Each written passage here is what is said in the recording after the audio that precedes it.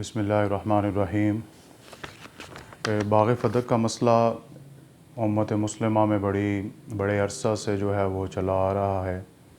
اور اس پہ بہت کچھ لکھا بھی گیا، بولا بھی گیا، لیکن پہلے یہ تھا کہ یہ بند کمرے کی جو ہے وہ گفتگو تھی یا بحث تھی، لیکن سوشل میڈیا کے وساطت سے یہ ہر کچے اور پکے گھر میں جو ہے یہ پہنچ گیا، اور ہمارے اہل تشیع بھائی جو ہیں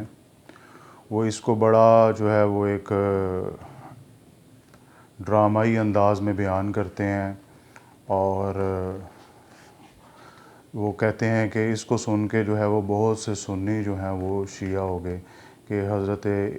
فاطمۃ الزہرا سلام اللہ علیہا کو جو ہے وہ ان کا حق نہیں دیا گیا، تو یہ بہت بڑا جو ہے وہ ظلم کیا گیا۔ تو بہرحال آج سے کئی سال پہلے، تقریباً 15-20 سال پہلے، جب میں نے اس مسئلے پر پڑھا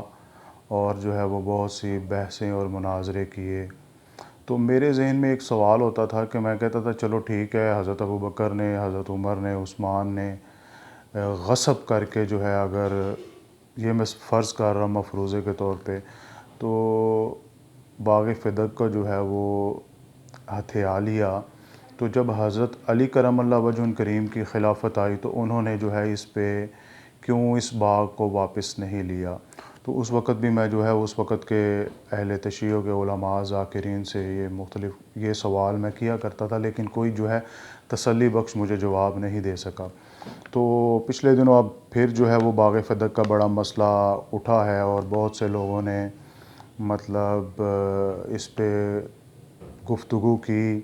اور ایک دوسرے پہ فتوے لگائے۔ تو میں فتویٰ لگانے کی پوزیشن میں نہیں ہوں، میں تو صرف آپ کے سامنے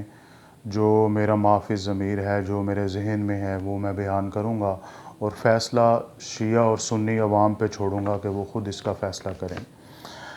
تو اب دوبارہ یہ سوال میرے ذہن میں وہی سوال ہے، آج سے 15-20 سال پہلے والا سوال ہے کہ حضرت علی کرم اللہ وجہ کریم نے کیوں جو ہے وہ باغ فدق کو واپس نہیں لیا؟ تو میں اس پہ اب ویڈیو ریکارڈ کرنا چاہتا تھا، تو اس سے پہلے میں نے کہا کہ شاید اب کسی شیعہ عالم نے اس کا جواب دے دیا ہو، تو میں نے یوٹیوب پہ سرچ کیا تو 2 نام سامنے آئے۔ ایک جناب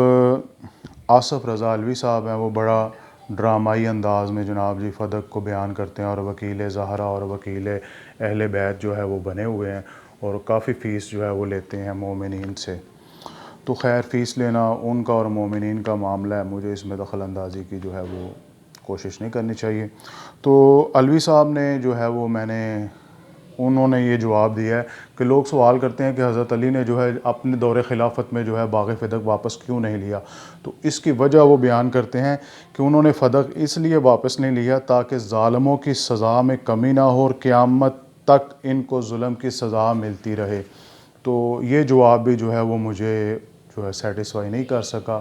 کہ چلو آپ کی بات مان لوں، اگر انہوں نے فدق اس لیے نہیں لیا کہ ظالموں کو جو ہے وہ سزا قیامت تک ملتی رہے، تو پھر آپ کو کس نے حق دیا ہے کہ آپ فدق کے جو ہے وکیل بن کے اور بھاری فیسیں لے کے اور عوام کو جو ہے وہ اشتعال دلائیں اور کہیں جی ظاہرہ جو ہے وہ دربار میں 4 گھنٹے کھڑی رہیں، مجھے صحاح ستہ اور حدیث کی کسی کتاب سے پہلے تو مجھے دربار ثابت کرو نا کہ ابوبکر صدیق رضی اللہ تعالیٰ عنہ کون سا دربار لگاتے تھے، عمر فاروق کون سا دربار لگاتے تھے، اور حضرت عثمان جو ہے وہ کون سا دربار لگاتے تھے۔ پہلے تو دربار دکھاؤ نا مجھے حدیث کی کسی بھی کتاب سے، خواہ اپنی اور خواہ مطلب اہل سنت کی کسی کتاب سے۔ یار وہ حد ہوتی ہے کہ مطلب ایسے ہی جو ہے رلانے کے لیے عوام کو جی دربار میں کھڑی نہیں، کہاں دربار تھا اس وقت؟ رسول اللہ صلی اللہ علیہ وآلہ وسلم نے اپنے جو ہے وہ اصحاب کو، اپنے خلفاء کو یہ بڑے بڑے دربار بنانے کی، اور یہ اسی طرح سمجھتے ہیں کہ جناب ایسے کرسیاں لگی ہوتی تھی، سارے کرسیوں پہ بیٹھے تھے، تو معاذ اللہ جو ہے وہ خاتون جنت اور صدیقہ عالم جو ہے وہ دربار میں کھڑی تھی۔ یار کچھ کامن سینس۔ خیر، یہ تو آصف رضا علوی صاحب نے یہ جواب دیا۔ اب دوسرے جناب سید شہریار رضا صاحب ہیں، یہ بھی شیعہ جو ہے وہ عالم ہیں، انہوں نے یہ جواب دیا کہ انہوں نے حضرت علی نے اور امام حسن نے اس لیے فدق واپس نہیں لیا کیونکہ مشکلات کی وجہ سے، اور حضرت علی اور اس کے دور میں جو ہے وہ بڑی مشکلات تھی، حالات جو ہے وہ سازگار نہیں تھے۔ یار یہ تم حضرت علی کی شان بیان کر رہے ہو کہ معاذ اللہ ان کی جو ہے وہ شان میں کمی کر رہے ہو۔ میں نے جس حضرت علی کو پڑھا ہے وہ جو ہے وہ مصلحت اندیش نہیں ہے کہ مطلب مصلحت کے اور مشکلات سے گھبرا کے جو ہے وہ اپنا حق چھوڑ دے۔ بیٹا جو ہے وہ مطلب یزید کے حق میں بیعت نہ دینے کی وجہ سے وہ سارا کنبہ جو ہے وہ کربلا میں ذبح کروا لیتے ہیں، اور باپ جو ہے وہ مصلحت کی وجہ سے اور مشکلات کی وجہ سے، حالات کے ناسازگار ہونے کی وجہ سے جو ہے وہ فدق واپس نہیں لیتے۔ یہ جناب سید شہریار رضا صاحب ہیں، یہ ان کا جواب ہے، اور یہ بھی جو ہے یہ مجھے سیٹسفائی نہیں کر سکا۔ اس کی وجہ یہ ہے کہ آپ خود جو ہے یہ دونوں جواب یوٹیوب پہ موجود ہیں، آپ سن لیں کہ یہ مطلب سیٹسفائی نہیں کر سکتے۔ کیوں؟ یہ کہتے ہیں کہ حالات کی وجہ سے۔ اوہ حضرت علی تو بڑی دور کی بات ہے، علی کے جو قلندر ہیں وہ حالات کے قدموں میں نہیں گرتے، تو معاذ اللہ تم حضرت علی کی یہ شان بیان کر رہے ہو یا معاذ اللہ ان کی شان میں کمی کر رہے ہو؟ تو حضرت علی نے حالات سے جی سمجھوتا کر لیا، یہ ان کے بقول، اور اس لیے باغ فدق واپس نہیں لیا۔ تو حضرت علی کے قلندر کی یہ شان ہے کہ حالات کے قدموں میں قلندر نہیں گرتا، ٹوٹے بھی ستارہ تو زمین پر نہیں گرتا، دریا تو ہر دم سمندر میں گرا کرتے ہیں، کوئی سمندر کسی دریا میں نہیں گرتا۔ تو اب یہ میرے ہاتھ میں جناب یہ شیعہ حضرات کی کتاب ہے نہج البلاغہ، یہ حضرت علی کے خطبات اور آپ کی حالات زندگی کے بارے میں، اور اس کے مترجم ہے سید رئیس احمد جعفری، عبدالرزاق ملی آبادی، مرتضیٰ حسین فاضل اور نائب حسین نقوی، اور یہ جناب جی شائع کی ہے Sheikh Ghulam Ali and sons private limited, publisher circle road چوک انارکلی لاہور۔ اب جناب اس میں آپ کو بتاتا ہوں کہ حضرت علی کرم اللہ وجہ کریم نے جب خلافت سنبھالی تو پہلی تقریر آپ نے اس کتاب کے بقول، اس کا صفحہ نمبر ہے جناب جی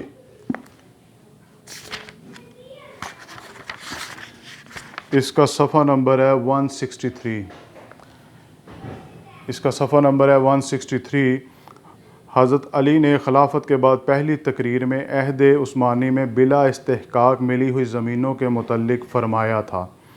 کہ خدا کی قسم اگر میں یہ دیکھتا کہ ان زمینوں کی آمدنی سے عورتوں کی شادیاں کی گئی ہیں، لونڈیوں کو خریدا گیا ہے، تو بھی بلا شبہ میں انہیں واپس لے لیتا، کیونکہ عدل اور انصاف کے معاملے میں بڑی وسعت ہے، اور جو شخص عدل و انصاف کے معاملے میں تنگ دل ہوتا ہے تو پھر ظلم و جور کا معاملہ اسے اس سے بھی زیادہ تنگ دل کر دیتا ہے۔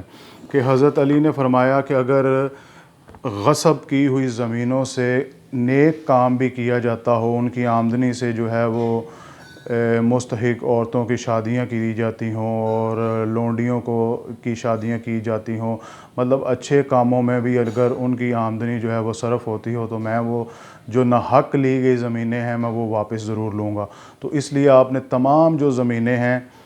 جو ناحق کسی نے قبضہ کیا ہوا تھا یا ناحق کسی کو جو کوئی مستحق نہیں تھا اس کو دی گئی تھی، حضرت علی نے سب سے پہلی اپنی تقریر میں ان کو واپس لینے کا جو ہے وہ حکم دیا، اور وہ واپس لیں، اور فدق جو ہے وہ آپ نے واپس نہیں لیا۔ یہ اس بات کی دلیل ہے، کہ یہ مطلب یہ ناحق جو ہے یہ غصب کی ہوئی جاگیر نہیں تھی۔ یہ کتاب جادو وہ جو سر چڑھ کے بولے کتاب بھی آپ کی ہے، اور مترجم بھی آپ کے ہیں، اور شائع کرنے والے بھی آپ کے ہیں۔ تو آگے نیچے یہ تو خطبہ تھا، اب مترجم اس کی جو ہے وہ مطلب تشریح کرتا ہے کہ کہتا ہے کہ حضرت علی نے عنان خلافت ہاتھ میں لینے کے بعد ان تمام لوگوں کو برطرف کر دیا جن کے بارے میں کوئی جائز شکایت پہلے سے موجود تھی، ان اعمال کو برخاست کر دیا جو اپنے فرائض صحیح طور پر انجام نہیں دے رہے تھے، اور ان تمام جاگیروں کو واپس لے کر حکومت کی ملکیت میں دے دیا جو غیر مستحق لوگوں کو یا غصب کی ہوئی جو زمینیں تھیں۔ تو فدق جو ہے وہ آپ نے واپس نہیں لی، لیکن یہ اب قصے کہانیاں ہمیں سناتے ہیں کہ جی وہ حالات کی وجہ سے نہیں لی، یہ وہ اس وجہ سے نہیں لی۔ یہ میں نے اپنا مقدمہ جو ہے وہ آپ کی خدمت میں پیش کر دی ہے۔ شیعہ اور سنی دونوں جو ہے وہ کھلے دل اور کھلے ذہن کے ساتھ اس کو جو ہے وہ سنیں توجہ کے ساتھ. اور یہ حضرت علی کی یہ کوئی شان نہیں بیان کر رہے کہ جناب جی انہوں نے مصلحتوں کے پیش نظر اور جناب مشکلات کی وجہ سے، ویسے آپ ان کو کہتے ہو کہ وہ مشکل کشا ہیں. ناد علی مظہر عجائب تجدونہ اون لک فی النوائب. تو ناد علی پڑھتے ہو تو اس کے بعد جو ہے وہ اب کہتے ہو کہ ان کا ناد علی پڑھنے سے مشکلات حل ہوتی ہیں، تو وہ خود جو ہے وہ مشکلات کو کے پیش نظر جو ہے وہ اپنی جو جائز حق تھا اس کو واپس نہ لے سکے. تو یہ مطلب قصے کہانیاں جو ہیں یہ اب یہ سوشل میڈیا کے دور میں نہیں چلتی. تو خدا کے لیے آپ لوگ یہ سوچیں کہ ایسے ہی جو ہے یہ انتشار پھیلانے کی اہل سنت اور شیعہ حضرات میں جو ہے وہ انتشار پھیلانے کی یہ کوشش کی جا رہی ہے. اللہ تبارک و تعالی ہمیں حق سمجھ کر اس پر عمل کرنے کی توفیق عطا فرمائے.